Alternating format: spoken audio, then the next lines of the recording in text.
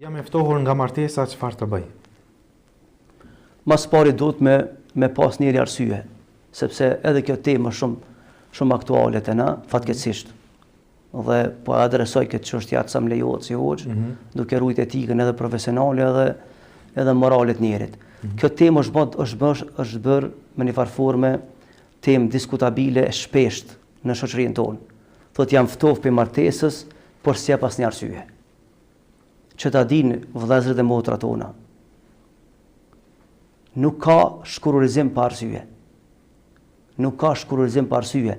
Dhe duhet njeriu paraprakisht me ditë arsyet pse po sham ftofësh. Ose çfarë problemi ke, çfarë halli ke.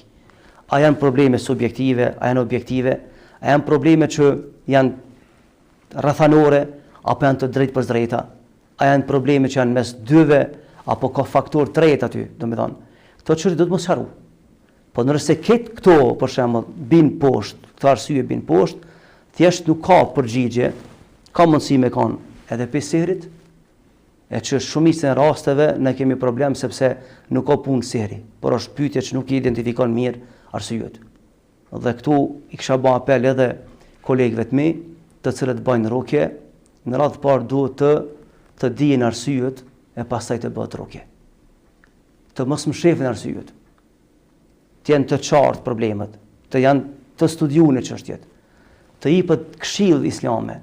Për çfarë arsye ki drejt me mojt idhnim, për çfarë arsye ki drejt me distancuar shumë radh, por jo me shku drejt në rukje, sepse ndoshta nuk është pyetja rukja, por janë pyetje çështje tjera, të cilat mund të zgjidhen përmes diskutimit mes palëve, e që Kurani i Kerimi e nje këtë fushë mirë dhe sqaron këtë fushë mirë Kurani dhe pejgamberi sa që thirrën pala, diskutohen të njerëz të besueshëm, eliminohen problemet e mundshme, sepse ne nuk jemi në xhenet, ne jemi në dunja. Dhe shqetësime padyshim që nuk ka çift bashkëtorë që s'ka shqetësime. Por jo marr dete shkurzimi. Ose jo më mshef arsye dhe më thon nuk di arsye pse ne ftofna, ose ti nuk di arsye pse nuk duhen ty sot. Tu më pas arsye. Por nëse kjo është çështje absurde, në aspektin fetar, në aspektin psikologjik.